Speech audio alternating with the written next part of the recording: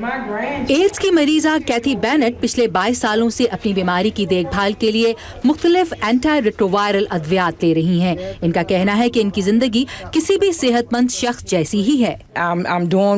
میں صحت مند اور مضبوط ہوں، میں اپنی زندگی کو بھرپور انداز میں گزار رہی ہوں۔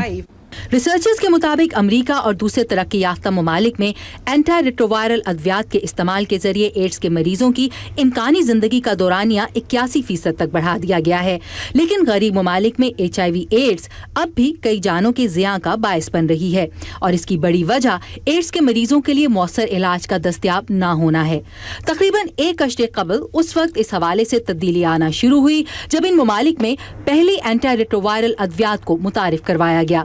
مشرقی افریقہ کے ملک یوگینڈا میں کی جانے والی ایک تحقیق سے معلوم ہوا ہے کہ اینٹی ریٹرووائرل ادویات پر مبنی علاج کرانے والے HIV کے متاثرہ مریض صحت مند لوگوں جتنی ہی طویل زندگی گزارنے کی توقع کر سکتے ہیں۔ ڈاکٹر ایڈورڈ ملز اس تحقیق کے مصنفین میں سے ایک ہیں۔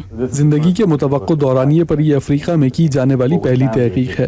اس کے مطابق اس وائرس سے متاثر ہونے والا ایک مریض اگر 20 سال کی عمر میں اس مرض کی علامت ظاہر ہونے سے پہلے علاج شروع کروا دے تو وہ اوسطاً مزید 27 سال زندگی کی توقع رکھ سکتا ہے۔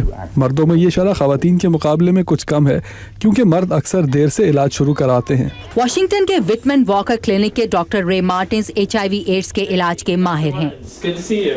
وہ اس تحقیق کے نتائج سے خوش ہیں۔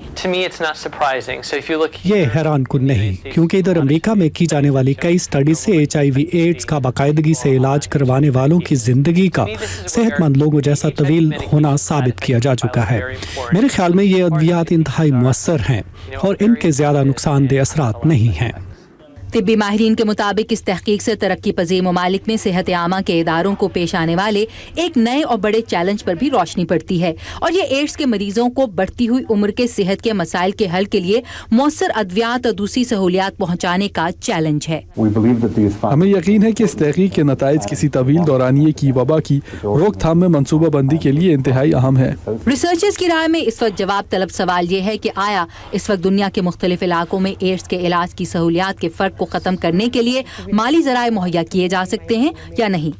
ودوشی سنہا کے ساتھ عائشہ خالد، اردو VOA۔